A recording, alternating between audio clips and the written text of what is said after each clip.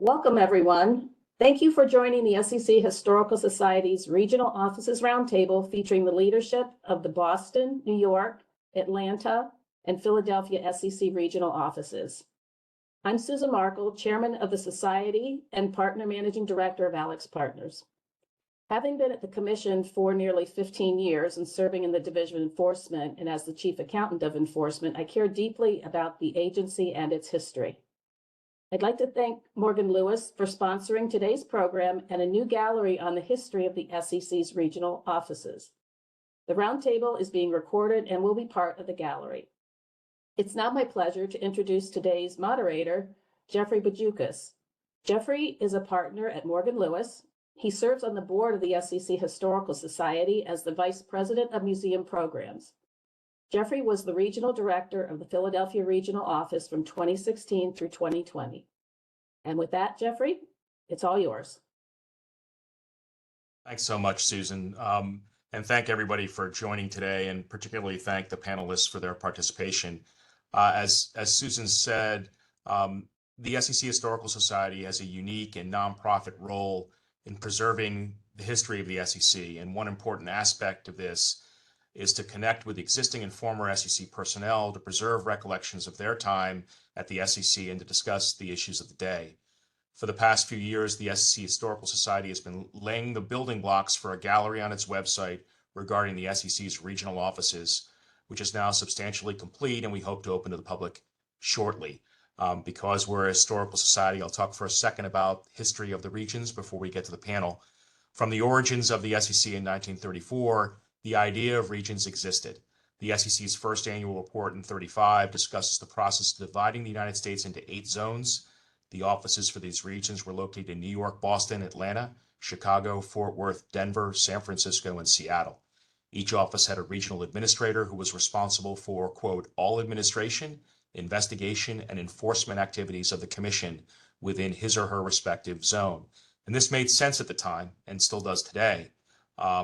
The idea of an agency sitting in Washington regulating traders on the San Francisco Exchange or policing corporate filings in Chicago would not have been greeted cooperatively in 1934 or today for that matter. But by the 1990s, 3 of the offices represented today, Boston, Philadelphia, and Atlanta, were mere district offices that reported into regional offices.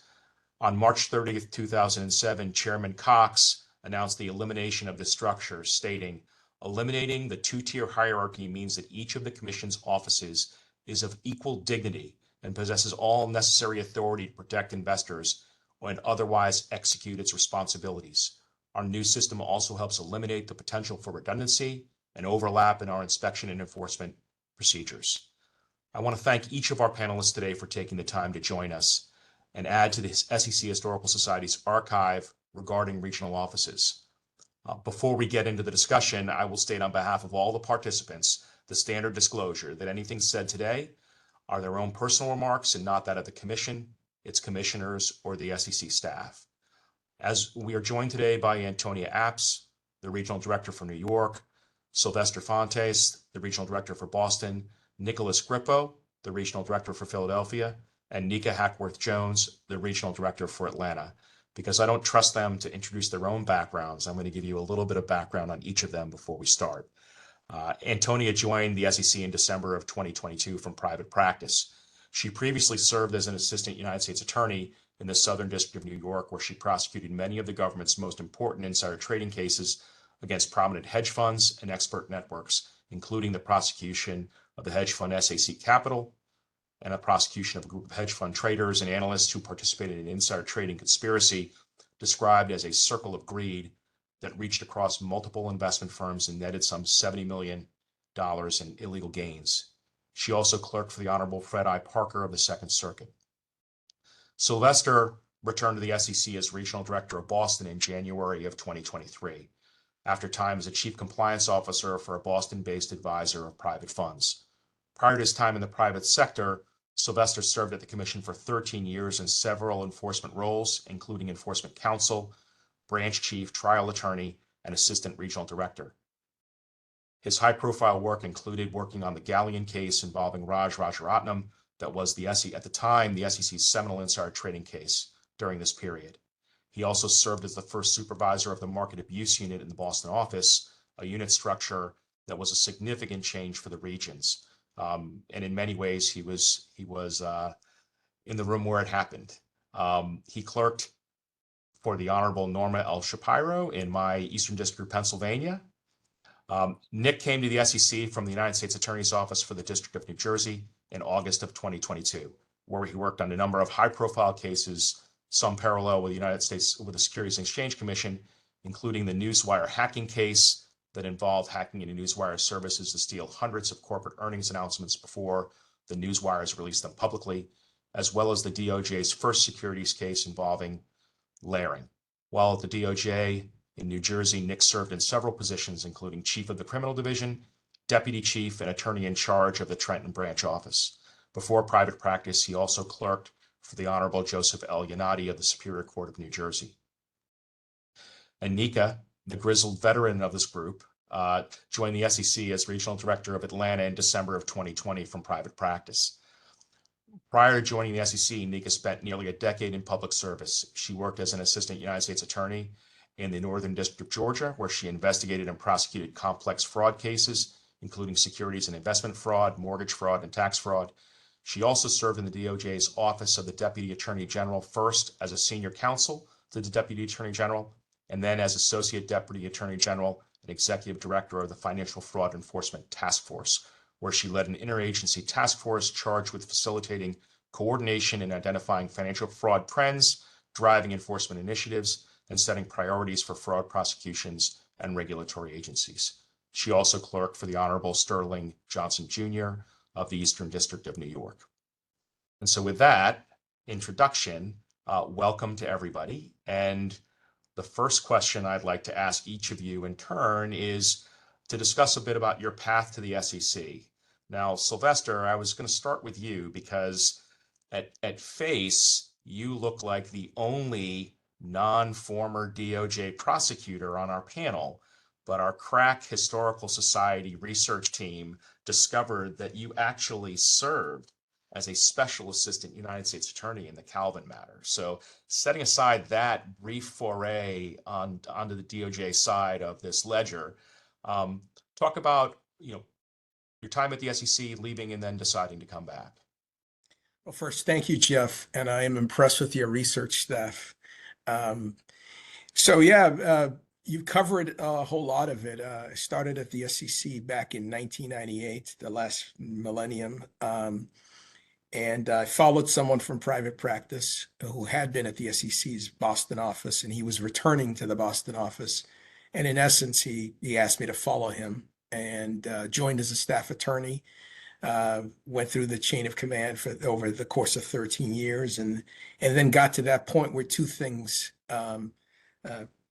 came together at the same time. One is that there really seemed to be no room for growth here at the time, because there's some folks ahead of me on the chain of command. And the second thing was I had and still have two kids that I wanted to put through college. So that caused me to go off for 11 years.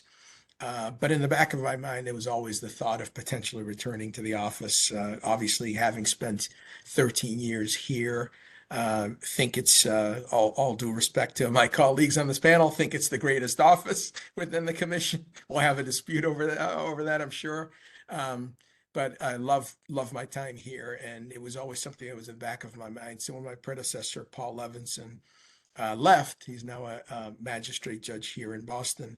It was naturally something that came into mind, and after discussions with people here in the office and others in DC, thought I'd throw my hat in the ring and said, let's just take a shot, see where it goes.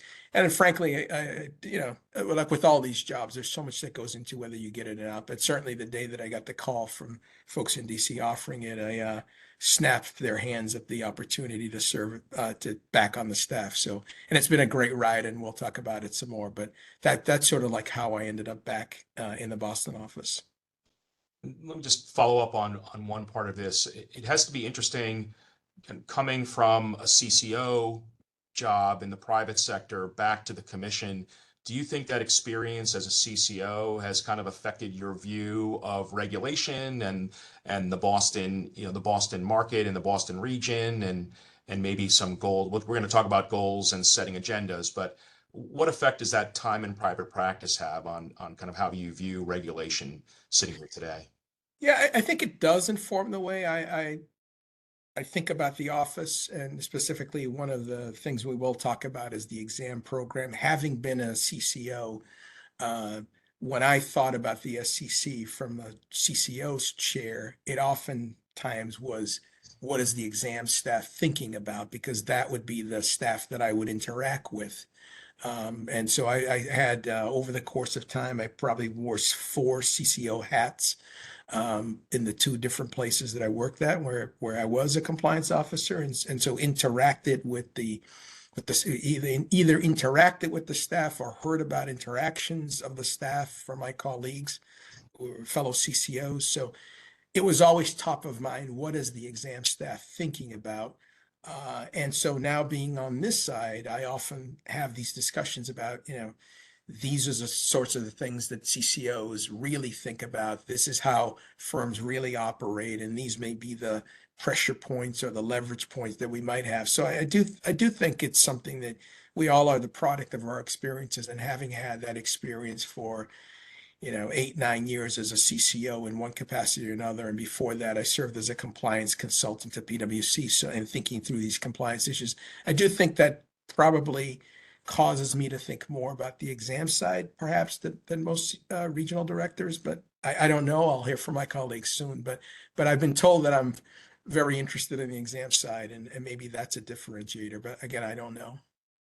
Well, thank you for that, and we will get to the exam part, and you'll be able to share your knowledge and wisdom with your colleagues. Antonia, so trial attorney, I'll say decorated trial attorney at the U.S. Attorney's Office, coming into the largest regional office at the Commission. What made you want to tackle that challenge, having been a trial attorney? Was this a logical next step, or was it, Yeah. So look, let me, before I answer that though, I have to comment on Silvestre's point about Boston being the best regional office. I think we all, I want to say we all take that view about our respective regional offices, but at the same time, I want to say there is tremendous collaboration between all of us at the regional director level and throughout our respective offices as well. It's a privilege to be here and with you, Jeff, and with Silvestre, Nick, and Nekia. So thank you for including me. So my first stint in government, as you already mentioned, as a federal prosecutor in the U.S. Attorney's Office for the Southern District in New York, I found to be a incredibly rewarding one. Public service, where you show up to work and you do what you think is the right thing for the right reasons in the right way, is a privilege to be able to have those kinds of opportunities. And so I think, I spent nearly 8 years in the U.S. Attorney's Office in my first go round, and then I joined private practice, which is common in for people to leave U.S. attorneys' offices and go back into private practice. But I think I always harbored a hope, I should say, that I would have an opportunity again to work in government. And certainly when I was in the U.S. attorney's office, I spent the majority of my time there working in the securities fraud unit and working alongside the very talented men and women of the SEC in parallel cases. And I was always incredibly impressed by the expertise, the dedication, the diligence of SEC attorneys. And so I had a little bit of a window into the agency. And I got a call in 2022 from the then director of enforcement to see if I'd be interested in applying for this position. And, I jumped at the chance. And, for those of you who maybe not as steeped in SEC history as you are, Jeff, or other folks on the phone, it's actually not an uncommon path. There have been a number of my predecessors who spent time at the Southern District of New York as a federal prosecutor, and then later in their career had the privilege of serving as the regional director for the New York office. So while in some respects coming and running an office of this size might be considered a daunting task or challenge, there were plenty of folks who before me who'd done it, and I suddenly reached out to them for advice and to others at the SEC who'd held this position. So it was really just a wonderful opportunity. And like Silvestre says, I couldn't say no. Was it hard for you to put down the trial notebooks and come into what I think we all, those of us who've been in the position, recognize is that sometimes a purely administrative position? Was that a difficult choice?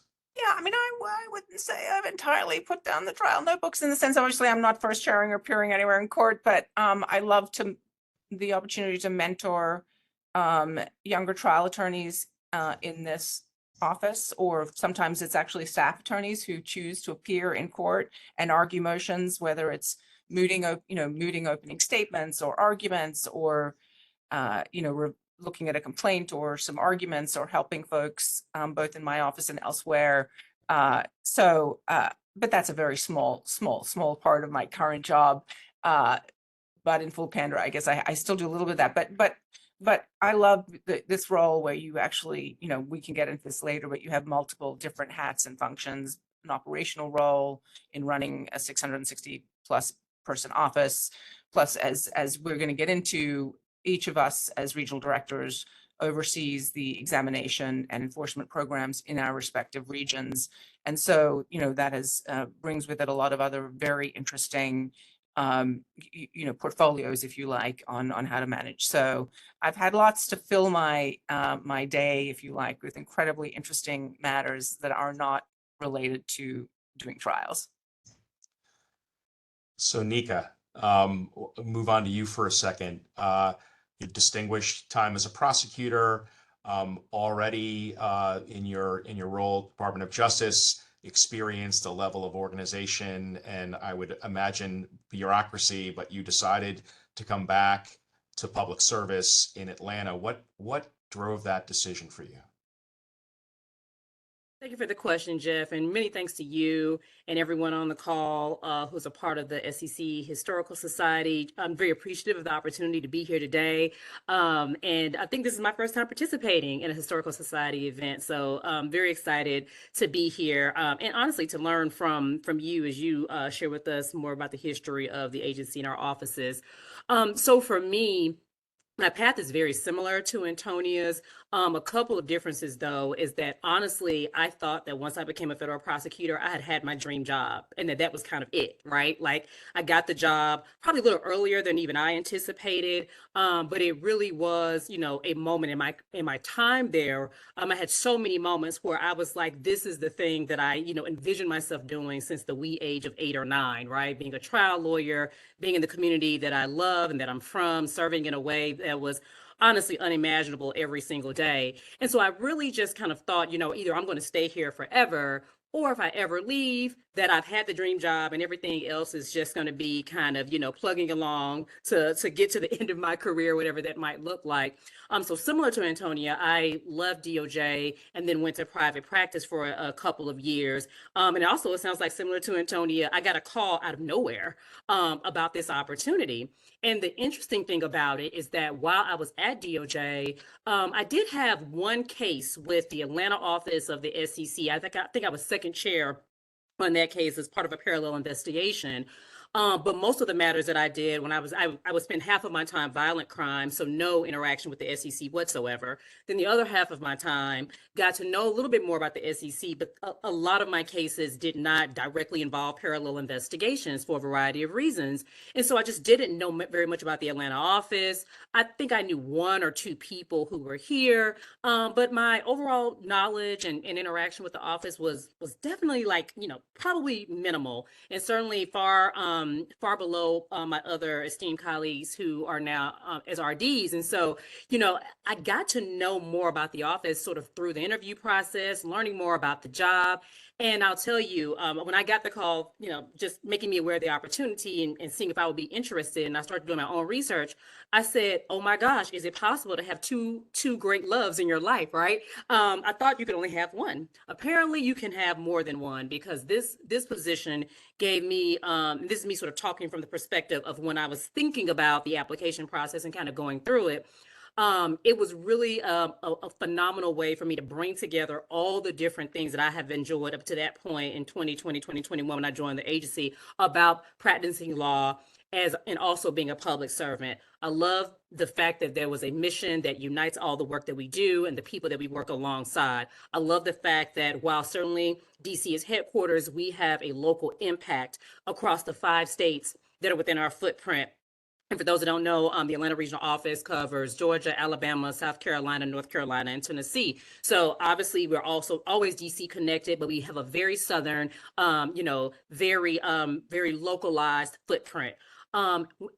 During my time in ODAG, which is the Office of the Deputy Attorney General, I came to learn that while trial attorneys obviously play a very important role in what DOJ does, there's also all of these other roles that involve interagency collaboration, across agency collaboration, and seeing a lot of that when I was in ODAG, it gave me an appreciation for what the power of those relationships can do when you are in a law enforcement or regulatory role. I knew it as an AUSA, but sort of when you work for the mothership and you're working for a principal like the Deputy Attorney General, pretty much nothing happens in a vacuum. You are always staying connected to across all of government, across the entire agency. Gave me an appreciation for the power that comes from that type of interaction, collaboration, and coordination. And then I honestly never thought about supervising others. I was always just happy knowing my cases, making sure that I was, doing the right thing the right way, getting, holding that bad actor accountable. Never really thought about having a larger impact through mentoring, as Antonia mentioned, thinking about the larger issues across all the programmatic areas, like Silvestre mentioned. And honestly, having an opportunity to play a larger role in sort of shaping the vision of an office. And so for me, this was a role that I never thought that would be available to me for a variety of reasons, because I really hadn't thought about it. And so I think from that lesson, what I've learned, that even at this stage in my career, I'm sort of mid to later career, is that you have to be open, right? Because there are things that you don't even know that you might be good at or great at, or that could be on the table for you, even though you think you've already seen it all and done it all. There's never a time when we're not learning, not growing, and it's never too late in the race to pivot. And so, super excited that, like Silvestre mentioned, I got that call from DC, giving me this opportunity. I've really loved every single moment of it because it plays into all the things I love about being a public sector lawyer, but also giving me a unique opportunity to have that larger impact alongside, obviously, the 100 or so other people who are in the Atlanta Regional Office. So every day is a gift. And Antonia mentioned how you all talk with each other and share information. So when you're starting and you're coming into this new role for an agency that is known to you, but in many ways new and different, how much did you lean on your fellow regional directors, and how much did you talk with them about handling day-to-day issues, handling larger issues, employment issues, things like that? Oh, I mean, I can't think of a day or a time that I wasn't asking one of my phenomenal colleagues then, and honestly now, a question, right? Again, having not thought about what it means to be a leader or a supervisor in these types of roles before sort of getting that exposure through ODAG, I knew that it is important to know what you do not know, right? And so I said from day one, actually before I started, but after knowing that I was going to have the role, that I wanted to leverage the deep expertise of everybody in the agency, obviously, but certainly those who are in this very unique regional director cohort. They've pretty much seen and done it all. And so coming in the door, I made it a priority to have a one-on-one conversation with everyone who was here at that time, to reach out on questions and issues big and small. And sometimes I didn't even realize, there's always sort of the game of DC bingo, right? Like all the little acronyms and things that you realize you don't know. Well, there's agency bingo, right? So things that I thought that I knew and I had a handle on from DOJ, well, no, it's very different here. And so just understanding just all of those unique characteristics, idiosyncrasies, understanding your office, understanding the people and the agency and across the agency and in DC, I relied on my colleagues tremendously at all levels, but certainly I think the regional director role is a very unique one in the agency. And so I can tell you from my perspective, they have been a critical piece of any success that I can say that we have had as an office or that I have had in this role. It is due in large part to having a group of other people who can help me understand how to be more effective. And I have really appreciated the fact that we view each other as a resource, right, and not competition. Because there's probably places where that might not be the case, but here we really do collaborate and rely on one another as a resource so that we can all do the very best that we can do to promote the agency's investor protection mission. Thanks. And Nick, we all, you and I know who the best office in best regional office is at the SEC. So it's Philadelphia hands down. I don't need you to say that. That's just a fact that is going to be recognized for the remainder of the panel. But Totally in agree. all seriousness, you had worked a lot with the Philadelphia regional office, the New York regional office in your role in New Jersey. What led you to the SEC, and maybe talk a little bit about kind of what you bring to the table as a former prosecutor and on the cases that you did, what you bring to the SEC, and as a benefit based on that experience. Sure. Thank you, Jeff. Yeah, I have a lot in common with Antonia on this point, on our path, in that I worked as an AUSA, but focused heavily on securities fraud cases. I remember in 2013 or actually it was 2012, as a very young AUSA, only 6 months into the job, being invited into a market manipulation investigation with the New York office. And my docket at that point as an AUSA consisted of bank robbery cases, drug courier cases, the whole mix of matters you handle as a new prosecutor. And then walking into the New York SEC office with a team of agents and prosecutors and rolling my sleeves up and learning about this very complex market manipulation scheme that evolved into numerous investigations and spin-off matters, and kind of set me on this path of becoming an SEC specialist at the U.S. Attorney's Office. And that's really a bit of a misnomer, because we're all generalists to some extent as a prosecutor. Even when you focus on a specific area, you're still usually operating at a relatively high level, just given the volume of the work and the nature of the work. And from day one, I was just blown away by the talent at the SEC, the expertise, the resources, the amount of knowledge that the staff brings to the table in every investigation. And I was fortunate to work with the New York office on a number of matters. And as you said, Jeff, the Philadelphia office, including in the Newswire insider trading case and many other cases. And, every time I was just motivated and inspired by the talent and the teamwork. So throughout my whole time at the U.S. Attorney's Office, I had a deep interest in this work. And when the opportunity presented itself to come over in a leadership role and really commit myself to this work at a deeper level, it was really irresistible. As others have said, I'm a little different in that I did hold some leadership roles at the U.S. Attorney's Office that I think helped prepare me for this enormous responsibility of running a regional office. I still had a ton to learn on day one, and still to this day have a ton to learn, and we all learn from each other, as Nekia said, as Antonia said, and Silvestre. But I did have the privilege of serving as the chief of the criminal division and other leadership roles. And in those roles, I learned, some fundamental leadership skills and management skills that I think helped me with the learning curve when I got here.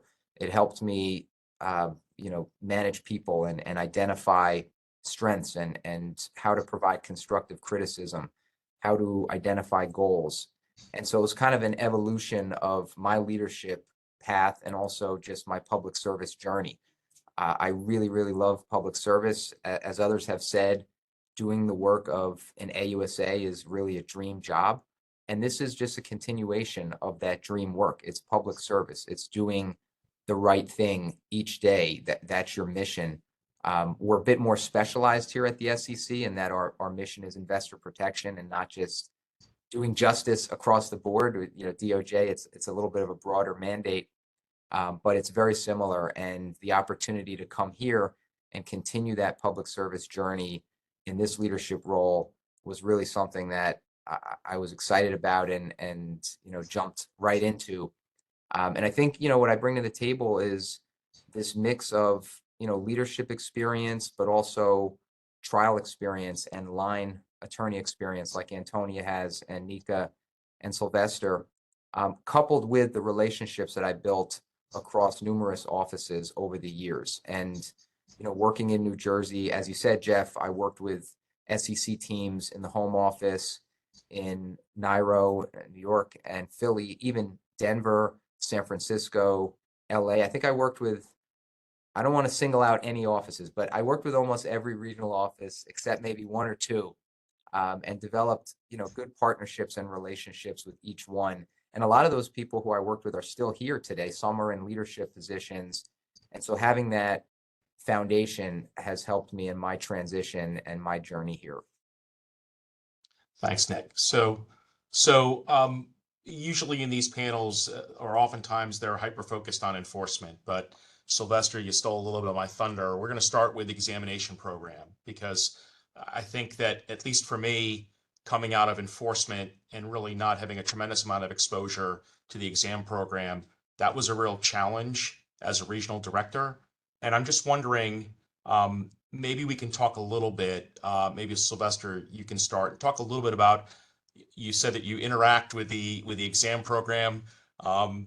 My examiners might have said I was interfering, but talk about what you do kind of on a daily or periodic basis with your exam staff to drive messaging, programmatic issues, things like that. Yeah, I think because this is my second go around on the staff here in Boston, I did know a lot of the examiners that, you know, as you know, a lot of the staff have been on the staff for a long time. So I would say that one of the advantages I did have is knowing the examiners. A lot of them were still here from, I've gone off for 11 years and before coming back, but I think that was helpful because they knew it was a familiar face returning. So I think that helped at the personal level. One thing that I do, and I don't know if this is common or uncommon, but I do attend the management meetings on the exam side. They meet once a week, and I do sit in on those as often as I can. To one, try to really understand what's going on there, what are the challenges that they're facing on the ground. Again, having been on the other side as a CCO, most of what I try to do is listen, but every once in a while I will jump in and say, this may be what is going on the ground. This may be the pain point and what the compliance department is thinking through, or whether something is reasonably designed or not, organizationally, how different places are structured on the business side, having been on the other side. So I like to, you know, I'm careful about when I do it because I don't want to get in on the weeds of exams and tell people how to do their jobs, because for the most part, everyone here knows what they're doing.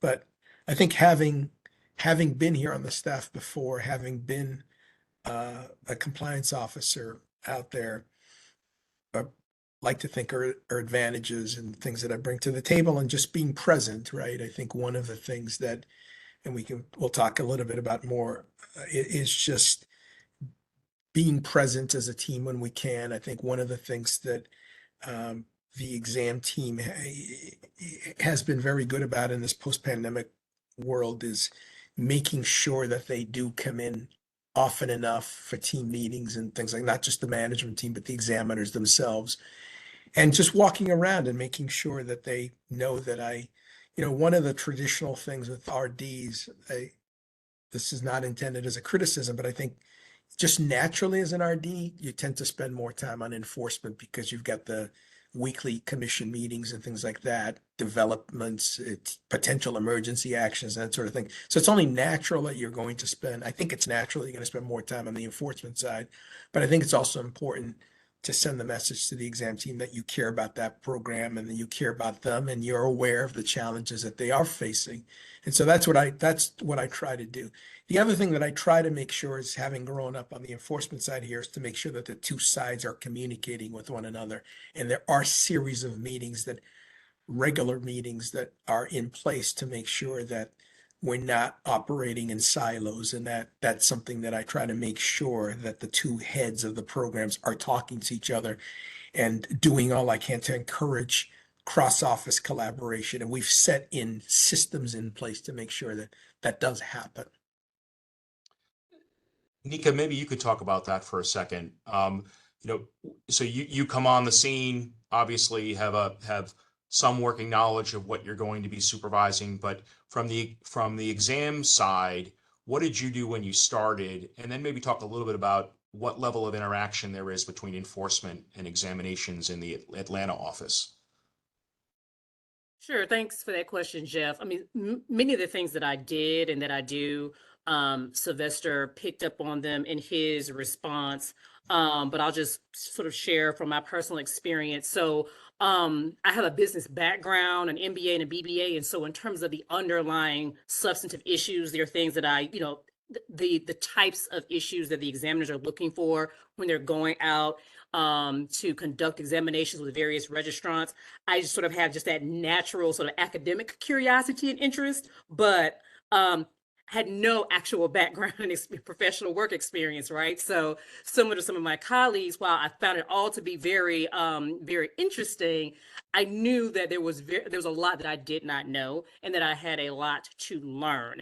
And so recognizing that, I was very candid, when I got here with the exams associate. Obviously those up in DC knew my background, so they knew this was not an area where I necessarily had deep compliance, risk management, or examinations experience directly in the financial services industry. And so I just basically set myself, it was as though I put myself back in business school all over again, right?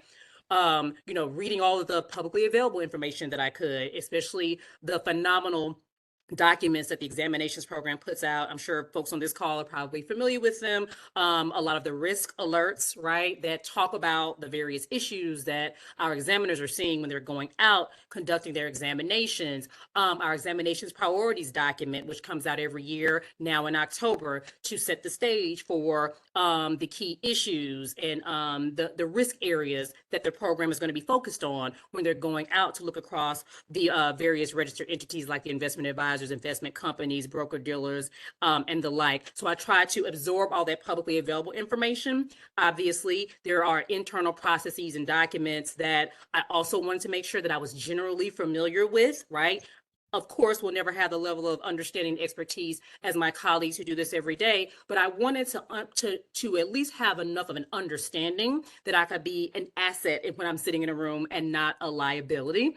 And so I really enjoyed that journey of learning all over again. I knew I would never work in business when I did these business degrees, but I really did enjoy understanding how organizations work. And that's what a lot of our colleagues do on a daily basis, right? When they are going out to do their compliance examinations, they have to understand the registrant's business. And so I got to see how they go about that journey and how they apply their expertise to make sure that all these registered entities are compliant with the federal securities laws. So did my own self-study, sat in a lot of meetings, asked a lot of questions, and then just trying to keep pace with the industry trends, reading a lot of the same documents and attending some of the same, conferences that many folks on this call do.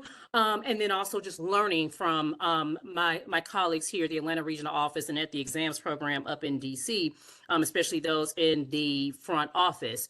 But as Silvestre already mentioned, people here are so skilled. They know how to do their job. So what I like to spend a lot of my time doing after I sort of establish that baseline understanding and I keep myself, reasonably apprised of the things I need to know about the industry and our internal practices, is really what Silvestre mentioned, was that collaboration and coordination.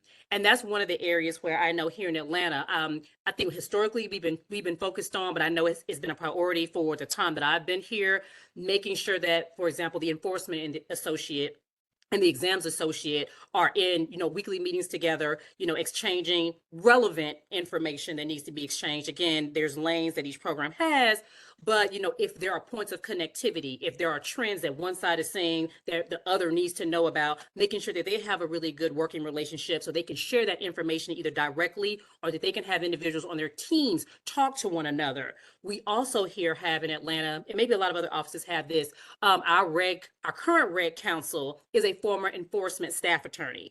And so by virtue of him having those two roles, that gentleman who is now on the exams in the reg counsel role, he also has those deep relationships across the enforcement program and also has that experience where he can marry those two sides together, see around corners,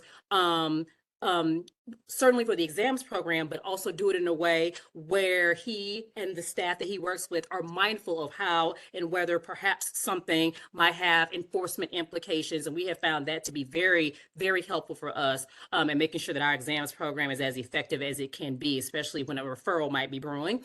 And I know that's something we might talk about here in a little bit, but making sure that we really do have those points of connectivity. Folks are not working in silos. And if you look up and down our org chart, from our directors or our acting directors all the way down, there has been momentum towards that type of visibility, collaboration, and engagement across exams and enforcement where and as appropriate and as applicable. But you see that, when Gabir was here, you saw that he and Rich Best had a great relationship. I know Keith Cassidy and now Sanjay have a really great relationship, and you see that sort of resonating down. And I know in the regional offices and certainly here in Atlanta, we try our best to replicate that and reduce those silos, and also even doing some cross training, for example. So we're really trying to make sure that folks really across, whether you're in enforcement or in exams, you're having an understanding of the patterns and the trends that are impacting financial services generally. And those, I think, personally, make for better enforcement actions and more effective compliance examinations. So that's some of the work that we've been doing here to break down those silos, but also sort of how I, along with the folks here, make sure that our exam staff are in a really good place to be effective in the work that they do. So Antonia, thank you for that, Nekia. And yeah, it's interesting to talk about silos because I'm not sure that everybody understands that. It's very helpful for you to explain that, because that's something that I think every organization struggles with, even a law firm at times. And it's something that also, the expertise of your exam staff can aid the enforcement staff in understanding issues. And so Antonia, I mean, you're supervising the largest examination program in the commission, right? So and probably the largest office enforcement program in the commission. And so how do those two? I think Home Office has more attorneys. I'm sorry, for a regional office. In enforcement, we're the largest exam, but I meant for regional office. But that point taken. So how in New York, how do those two sides interact, and what role do you play in that process? Whether it's referral process, I guess, is the easiest way to ask the question. Yeah, I'll get into the referral process, but I think I'm going to end up repeating a bunch of things that Nekia has and others have already said. But and in fact, being the regional director does give you the advantage of making sure that you facilitate communication between the exam program and the enforcement program, because you, of course, sit at top of both programs in your respective region. So I have, the usual management tools. I'm sure we all do. I have regular meetings with the senior offices in the exam program, but I also have regular meetings where both the senior offices for the exam program and also senior offices in enforcement, get together on a regular basis to talk about what they're seeing. And that includes not just enforcement in Nairo, but of course, many of the heads of the units, the different unit enforcement groups sit here in Nairo, so they join those meetings. Like Silvestre, I'm on the exam management committee, and which meets about once a week. And of course, in New York, the head of the BDX or the broker dealer program sits here. So we have a lot of one-on-one conversations about what he's seeing in the market and what the other exam programs are seeing in the market. And the messaging, as Nekia said, is super important. It's important to message to both exam folks and enforcement folks that we're all colleagues. You need to sort of get to know your colleagues, understand what each respective program is doing, particularly if there's a referral from exams to enforcement. You need to sort of, make sure you, meet with the exam colleagues, understand what they saw, like, post a decision for there to be a referral, I should say. And so, we do a lot of that. I think the other really interesting point that, again, I know I'm retreading ground that Nekia's already gone over, but it is really fascinating to see from the exam program, like, what is happening in the marketplace. I do think the exam folks are the first line of defense, if you will, cops on the beat. They go into registrants, they see problems as they arise, whether they see high-risk products or practices. If there's a market crisis or calamity, the exam folks are on the phones with other agencies, making sure that it's contained. The sort of important work that you would expect the agency to do. The exam group is doing a lot of that really important work. So, I will say, unlike Silvestre, I didn't have deep expertise in the exam program when I joined the agency. And I've worked really hard to gain as much expertise as I can and work with leadership and management, both leadership in DC and leadership in New York, to make sure that I, facilitate the best and, help, design the best exam program that we can have to have the greatest coverage, to make sure we're all doing everything we need to do to protect the investors and the market. And so, in terms of the referral, do you want me to get into the referral process? Should we jump into that? If you want to talk a little bit about the referral process, that would be great. Like how it works in your office. I mean, first of all, I think we all agree there's no one size fits all for a referral process. Right. That there's it's basically administered by the regional director, and the regional director kind of sets the tone for that, for lack of a better word. Yeah. I mean, I personally review every exam referral that goes from exams to enforcement in the New York office, obviously, but we also have a team of people who work on that. And, the exam program makes a decision about whether to send something over to enforcement.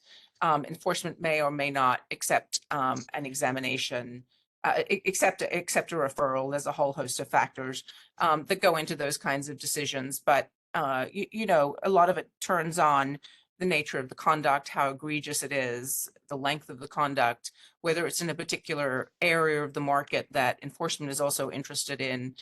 If there's new rules in place, it can often be an important part of the program to see if there can be, if we can bring cases in enforcement to supplement the work that the exam program has done to ensure industry compliance with new rules. So there's a whole host of factors that go into it. And it is very much in NIRO, it is a sort of a more formalized process where we evaluate the recommendations from exams to have a referral. Excuse me, I'm losing my voice a little bit. I might have to punt to one of my colleagues. Well, Nick, why don't you? But I imagine it's very similar processes in the other regional offices. So. Nick, why don't you pick up the baton here? I mean, in Philadelphia, how involved are you in the referral process, and maybe talk a little bit about some of the factors, how it works, and some of the factors that you're considering or that are considered in accepting a referral into enforcement for investigation. Sure. So similar to Antonia, we have a pretty formal process here. We have a group that meets on a regular basis. The main point of that group, though, is to talk about existing referrals and just to kind of share information as much as we can within appropriate limitations, but to keep the exams leadership generally up to speed on what's happening, and for exams leadership to share with folks from enforcement, because the group is made up of leadership from both sides, but to keep the enforcement leadership folks up to speed on some trends and common issues that the exam teams are seeing. So it's really just an information sharing group. And then when there's a referral, it might be previewed or discussed in that group, but then the sort of official meeting to dig into the weeds on it happens separately between the exam team and the SO and relevant supervisors from the enforcement side. And then I will personally, like Antonia said, review the referral materials and just mainly for awareness, but the decisions are made between exams, whether to refer something, that's an exam senior officer decision, and then the enforcement team will decide whether to pursue it from the enforcement side. If it's a really close call, I can be a tiebreaker. I'm usually just looped in for situational awareness. Obviously, if I have a view one way or the other, I'll express it. But most of the time, I agree with the decisions of the teams on both the initial decision to refer and then the decision of whether to pursue it from the enforcement side. But my main job, from my perspective, is to make sure both sides are talking and that the communication channels are open and fluid and working well. Because as Antonia said, as regional director, you're kind of supervising both programs. So we're in a unique role to help manage both, but they both operate independently while complementing the work of each other. So it's an interesting structure, but I think, as you said, Jeff, there's no one size fits all, but I think the basic elements are communication, keeping people updated, trying to move quickly. We all want to do work efficiently. So sometimes, a referral might require some follow-up by the exam team because there might be some open questions. We might be waiting on an additional response from a firm, another letter, another response to a deficiency letter. And so sometimes it could take a while, but by keeping everybody in communication, identifying questions and or concerns, we try to keep the process moving, because if enforcement is going to get involved, time is always an issue, and we want to move quickly and kind of get them in the mix as soon as we can. In terms of factors, I mean, again, no one size fits all. Every exam presents unique issues that you have to look at on a case-by-case basis. But, there are a couple of common considerations, and these are set forth in the exams materials and in the enforcement manual. But we're looking at whether there's harm to investors, these are just some common considerations, whether the firm is a repeat offender, if they have a history of disciplinary actions, if senior level folks at the firm were involved in the violations, the egregiousness of the violations, the duration, scope, all of those are relevant considerations in deciding whether enforcement action is warranted. And then remediation, if the firm has taken steps to remediate the problem, including repaying investors if appropriate, those are certainly important factors that we would consider. Thanks, Nick. Silvestre, I'm going to pop back to you for one more question on this. So from your perspective, how much control do you feel like the region has to set agenda for areas of examination? I mean, I think we all recognize that some of it is standardized. There are going to be, obviously, exams puts out the exam priorities every year, but every region is unique. And do you feel like the region has the ability to focus on areas outside of the exam priorities if it feels like that's something that may be relevant or concerning in the region?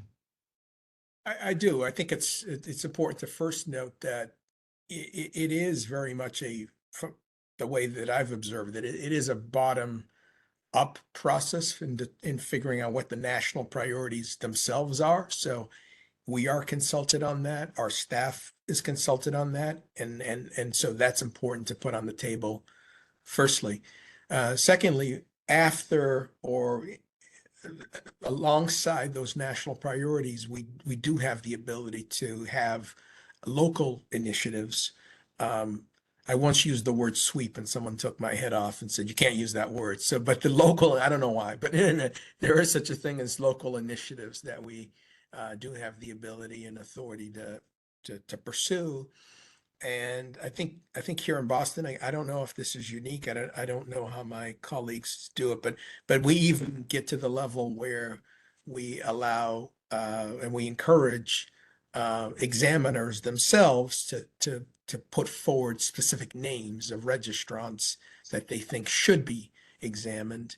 And that's not the final say, but we do have a discussion about this firm or that firm, and that can be raised by an examiner, him or herself. So given all of the above, I think we do have a lot of autonomy on that, and so that's what I've seen it play out. And then, of course, we always have the TCRs that come in, and we'll talk about that as well, which also cause certain exams. That's decided obviously at the local level. If there's an input on a specific firm or firms, that's another way in which we control our own destinies here in the regions. Thanks. And so, Antonia, segue into enforcement, but same question for enforcement from your perspective. Unfortunately, there are different types of fraud. There are similar frauds that occur across the country, but there are also frauds that are sometimes unique to different regions and issues that different regions spot before others. How much control do you feel like the regional director has to set enforcement priorities, obviously not to the exclusion of other priorities that have been expressed by the director of enforcement, but how much autonomy do you feel like you have to focus on specific areas and allocate resources? Well, I would say so certainly we work in collaboration with what we call the front office, so the office of the director of enforcement on priorities. We have things like case generation committees, so folks here thinking about issues that we're seeing, and that is a little bit of a ground up dialogue that we have. We might have periodically with the regional, with the front office, the director of enforcement, and other folks in the front office about the sort of things that we think merit more resources or a broader approach. And then I would also say, so we think about those priorities. Those priorities are, again, we've worked on, I think, in collaboration, I guess, across all of the, I will say, regional offices. I think each of us would say that we also report up on what we're seeing. And then, of course, there's the plan, and then there's everything else that actually happens in real life where things blow up and problems arise. Silvestre mentioned the tips, the TCRs and the whistleblower reports, but sometimes things just happen in the press where you see some problem and you're going to open a case pretty much straight away. And the other source of cases, which may or may not be in any particular director's list of priorities, so to speak, is the collaboration that we have with our fellow law enforcement partners. And I think Nick and Nekia and others have all alluded to this, but many of us do have contacts from our prior stints in government. And even if we don't, I think we all make a really a big effort to work very closely with our law enforcement partners in the region, whether it's the U.S. attorney's offices, the FBI, state and local governments, to see what to see what they're seeing, to make sure we address investor harm, and frankly, to make sure that we're efficient. So sometimes there are things that come into our office that we think are better handled by some other local law enforcement agency. And so all of those things are very much case specific, fact specific. They are local, they are regional, and they don't really fit well and necessarily in some larger rubric that may be set from Washington. But we're always communicating and collaborating with DC about the sorts of things we're doing, and they on a regular basis we talk to them about the cases that we're working on, and often we'll work with them on new projects and initiatives. So Nick, TCRs, we heard this acronym thrown around. Maybe for those who aren't familiar with that process, talk a little bit about TCRs, and then if you could kind of explain how those are triaged and what effect, kind of continuing on what Antonia has just been speaking about, what effect that has on your program, decision-making, allocation of resources, and things like that. Sure. So TCRs, I had heard that word as a prosecutor, but it was always a bit of a mystery because there's, its own process here for it. And here in Philly, and I'm pretty sure all offices have this, we have a dedicated person on the staff who intakes and triages TCRs on both the enforcement side and also on the exam side.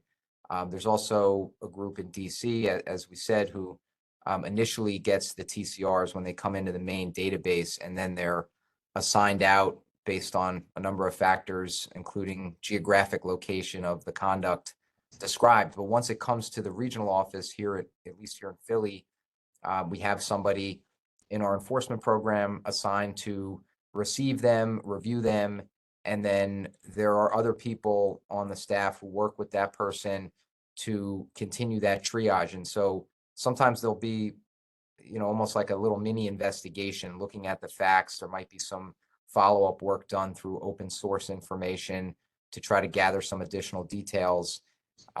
Sometimes we'll talk to the person who submitted the tip, referral, or complaint, the TCR, and then we track them with a spreadsheet and kind of look at them, and based on the age and the nature of the conduct at issue, we'll decide if enforcement should open an investigation, or sometimes it might be appropriate to refer the matter to another agency. It could be a state securities regulator or law enforcement, state or federal, maybe even another SEC office. If we dig into something and realize the conduct and the people impacted are all in, let's say, the Denver area or Atlanta, so we could send it to another office.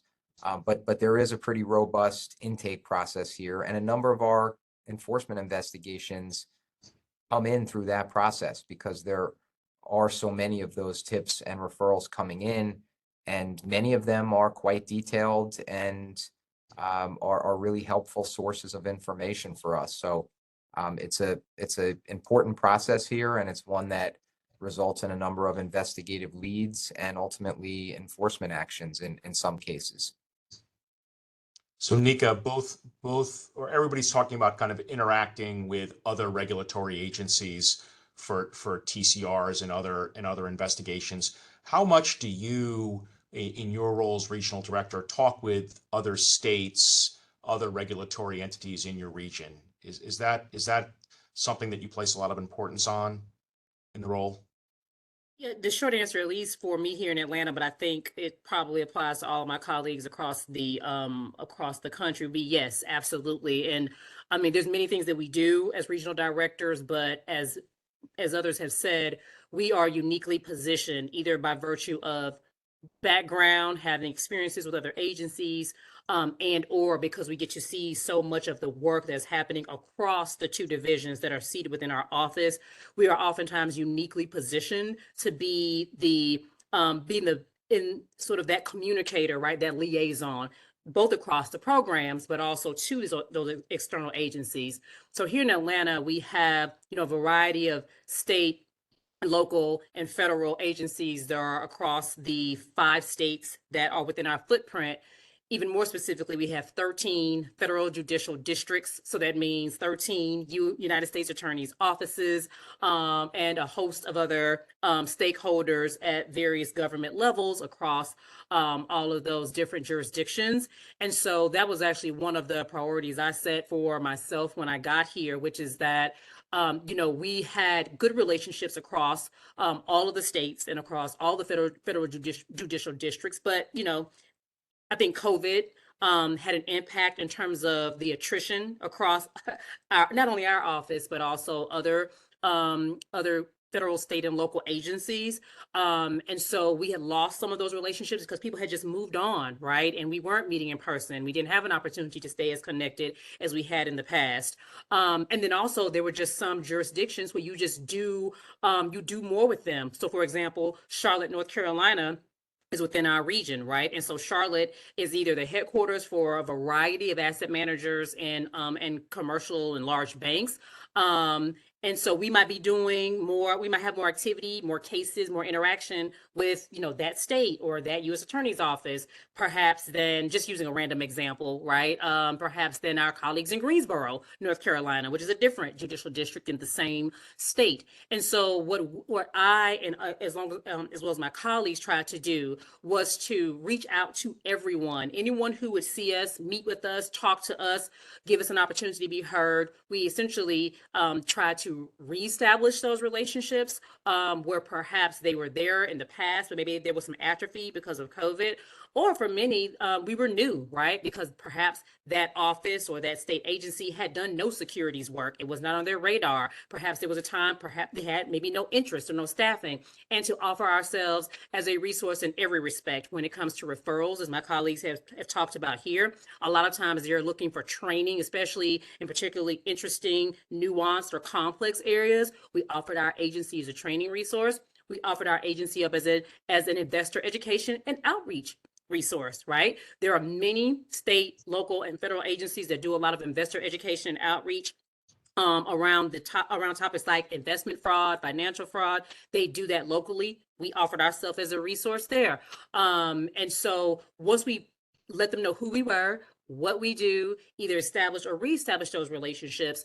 That took some time. It took probably a couple of years to sort of put ourselves out there in that way and to get out in front of all of those external stakeholders. But we think that it has worked really well in that we now see that our phones are ringing. We're being invited to working groups. We are being invited to talk to different colleagues across the law enforcement and regulatory community across all of those states, right, at every level. And they're calling us when they have a case that they think we might be interested in, or maybe they just want help with. And so absolutely, we have, or I specifically, as well as all the people that I work with, have prioritized making sure that we are staying connected with our law enforcement and regulatory partners at all levels. And one of the things that I think has been modeled, or the model has now sort of, gone to the national level, but it started with this thing that we did here in Atlanta, where we sort of had like a little small interagency roundtable at a investor education outreach event here in Georgia. We now have, and I hope my colleagues will help me get the title right, essentially an interagency securities working group or task force that has been put together, that's spearheaded initially by Grippo when he was the enforcement division director, but now by Sanjay in his acting capacity, that does exactly what we did here in the North Georgia mountains in one of our local public universities, bringing together, I believe, I've heard the number 200. I've also heard the number 1,000, but a large amount of federal, state, and local law enforcement agencies and offices on, I believe they're doing calls either bi-monthly or quarterly to do exactly the thing that I'm describing, share information about trends, connect people so we can build relationships, offer each other as training resources and or as investor education and outreach resources. So at least from my personal view, that type of collaboration across all of the regulators and law enforcement is critical to our success. I would say that law enforcement is a team sport, and so we really do believe that here in Atlanta. So Silvestre, former trial attorney, now regional director, recommendations for enforcement actions are coming up through the enforcement side of the house. How involved are you as the regional director in evaluating evidence? Oftentimes my clients will ask me, or they'll say, we're not happy with where we are. Should we talk with somebody else in the office? Should you call the regional director? Should we, from your perspective, when do you get involved? And also maybe talk a little bit about it, and I'll ask each of you kind of best practices in your office for what I would call an escalation. Sure. We do, as you know, Jeff, have quarterly meetings on cases. I do sit in on those, or try to sit in on most, if not all of them. So as a case is bubbling up, I will at least quarterly be aware of it and where it's going. Obviously, a lot will be shut down from quarter to quarter, and then some will die on the vine that I've never heard of. But if it's been around for a while, I'll have some sense of that case. As it gets closer to working its way up or down to DC, depending on your perspective, I tend to get more and more involved. Certainly at the point where an action memo is leaving the office, in 99% of cases, I will have read it before it's out the door, the memo itself. There are those rare instances where I may miss something, but it's covered obviously by our SO, John Dugan. And even if I haven't reviewed the memo, I will have been aware of the facts of the case. I tend to get involved where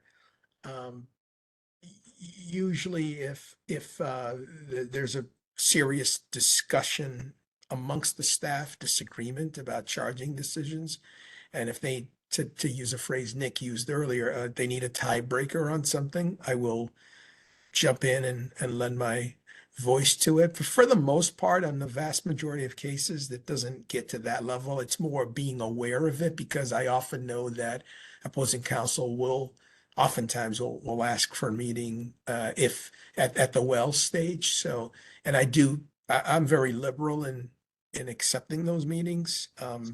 If they happen timely, quickly, I'm always generally willing to take those meetings, unless I think it's completely frivolous, the argument that they're putting forward. But for non-frivolous reasons, I'm very liberal in taking those meetings. So I do get involved, and obviously, having, as you alluded, I was on the trial team here in Boston for 6 years. So I've done trial work, et cetera. So I have some sense of, I think I have some sense of what's likely to be persuasive or not to a jury, and will give my view. But we also obviously have a regional trial counsel. We have the trial attorneys. One of the things that I think that Boston, does fairly well is we do have the trial attorneys involved relatively early in the investigations. And so we will have a litigator's perspective as the investigation is unfolding. And I've been told by other offices that we probably get them involved earlier than any other office, or as early as as any office. So I'm proud of that model. That carries over into litigation as well, where our staff attorneys will stay on the case and will be at least second chairs on litigated matters. And I think that helps them become better at analyzing the enforcement value or the litigation risks on any particular matter.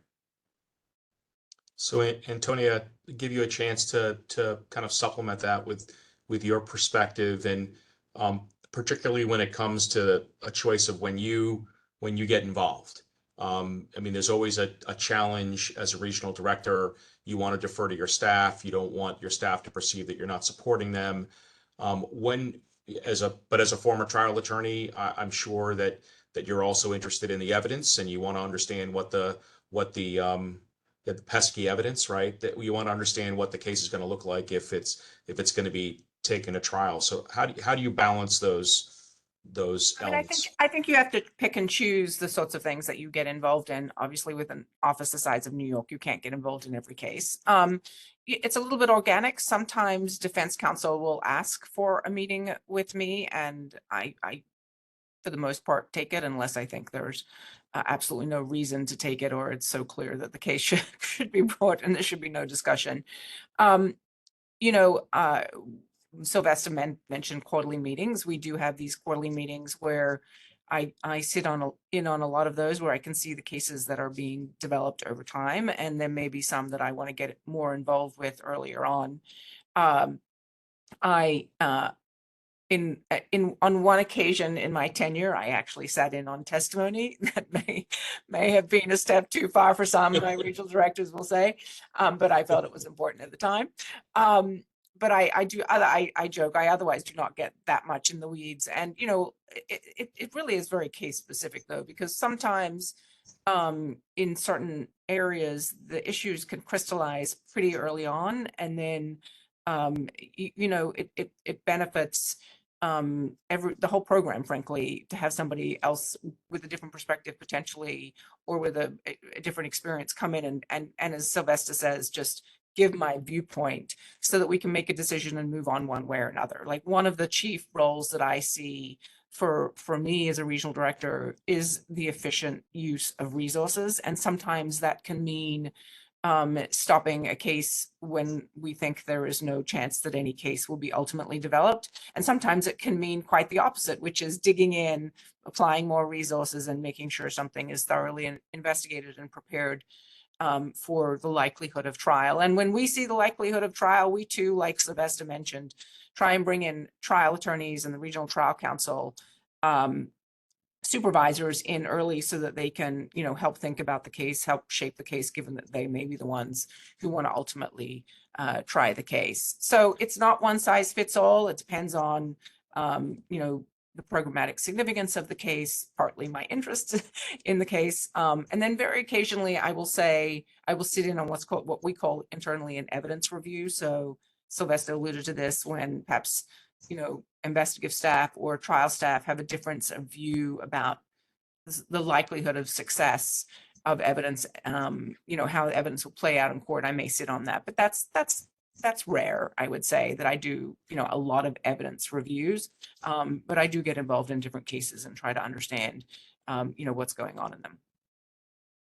And Nick, running an office that has an enforcement program where if you really wanted to, you probably could go to all the evidence reviews, and you could get involved in a number of cases. Where do you draw the line on your involvement, and give us your perspective?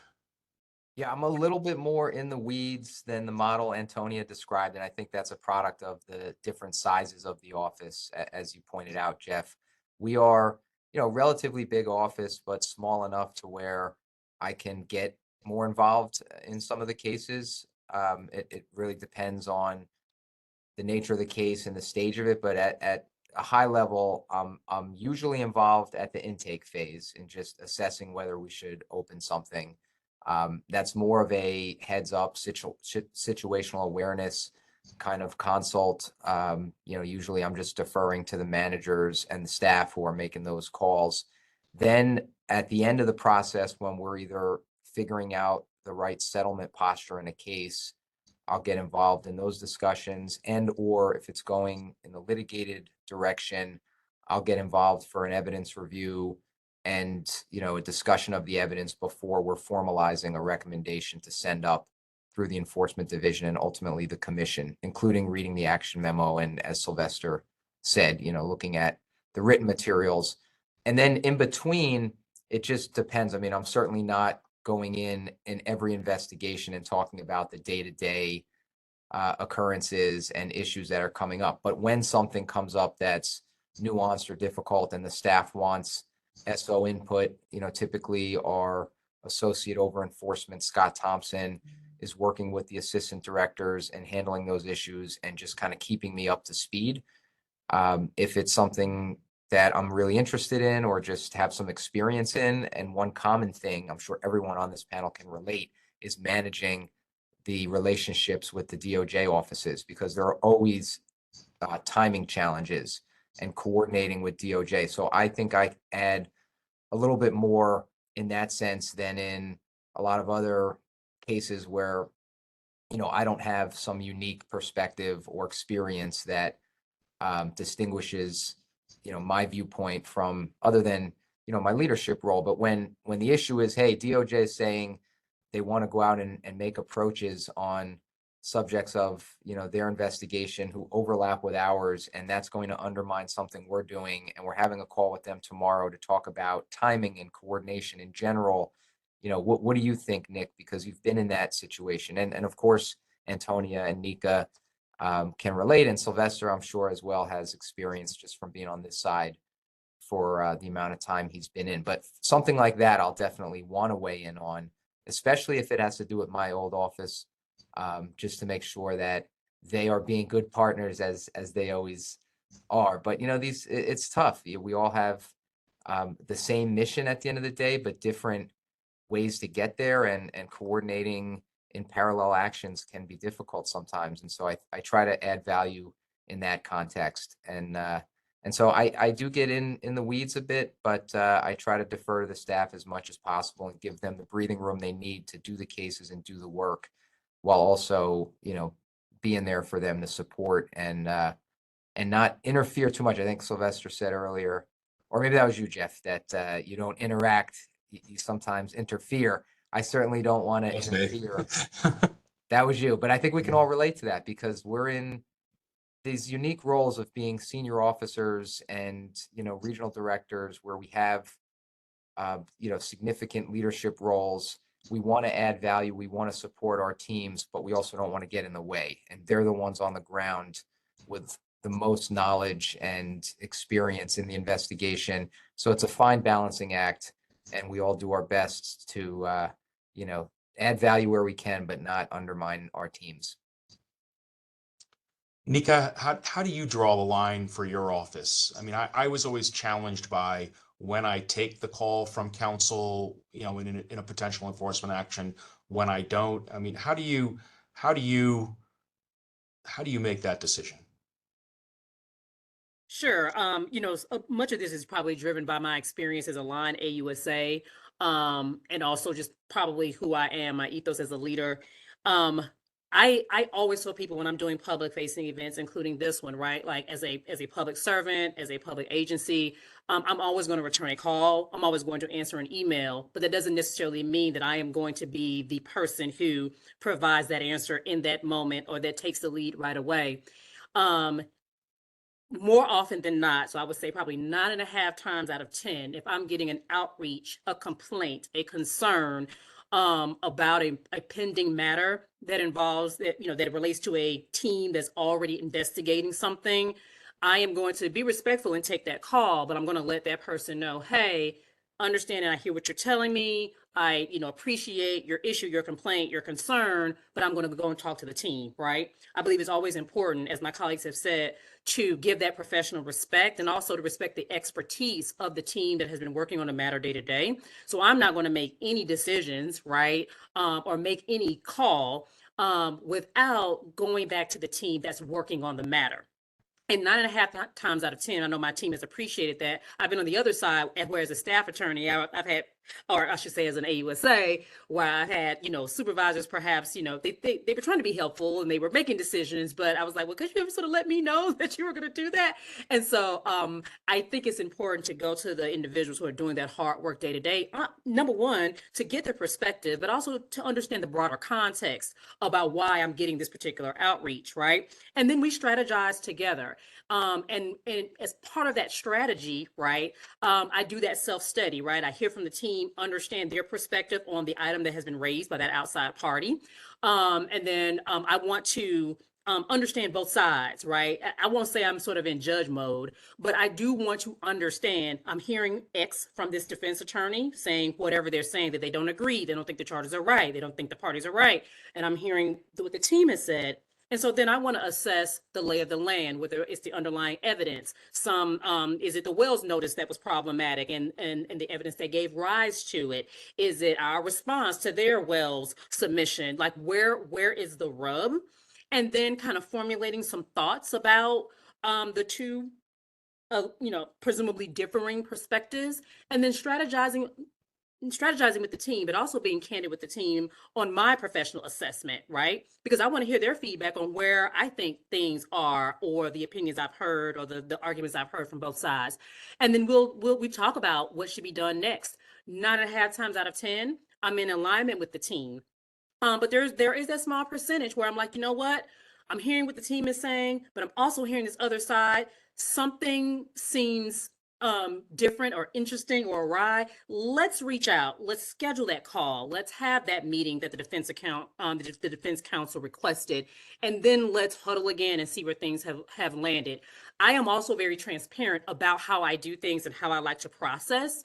And because I do like to hear from all sides, I let both sides know. I let the defense attorney know what I'm going to do and why I'm doing it that way. And I let the staff and the AD, which is the first level supervisor, as well as the enforcement SO, why I'm doing things and how I'm going to do them. So I'm never going to play a game of got you with my own colleagues, but I'm also not going to play a game of got you with outside counsel, because I think that transparency is important. And I think that is, we do ourselves, I think, a disservice when we are not as transparent as we could be. But I think that's what justice and the mission requires. So that's pretty much how I handle things. But I'm usually very much like Silvestre, Nick, and Antonia. I'm brought in to sort of be more involved on very few circumstances, but I overall maintain situational awareness, and then I lean in or sort of step back as the situation requires.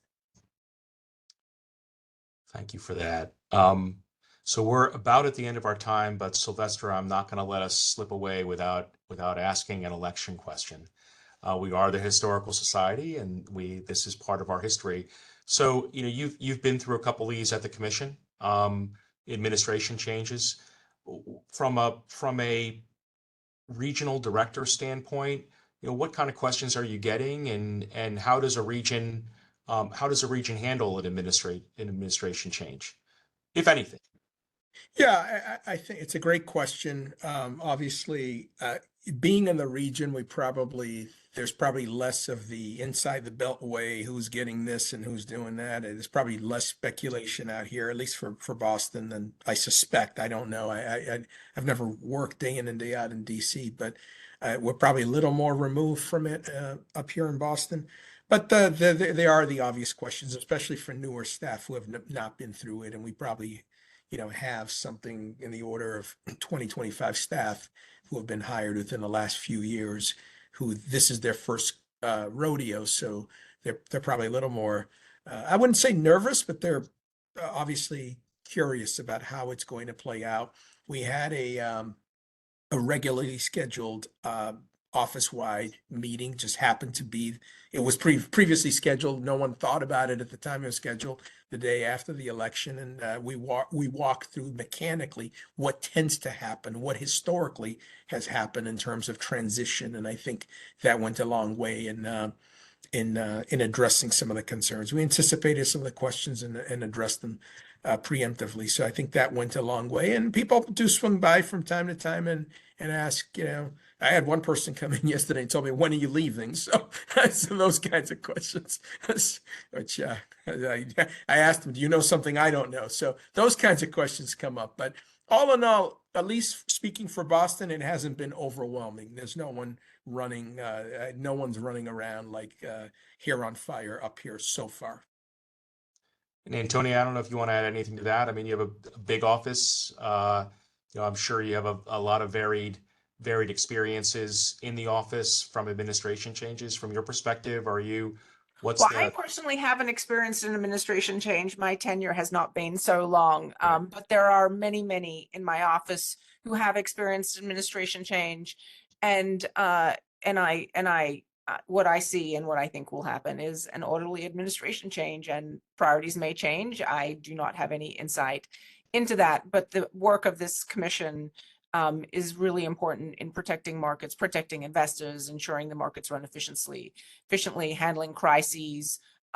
This agency has been around for 90 years, and it will continue to be around and do the important work that it does. And much along the lines of what Silvestre says, I think it's just explaining to folks who haven't been here for through multiple changes of administration, just what to expect as the process occurs. But that's the only insight that I have.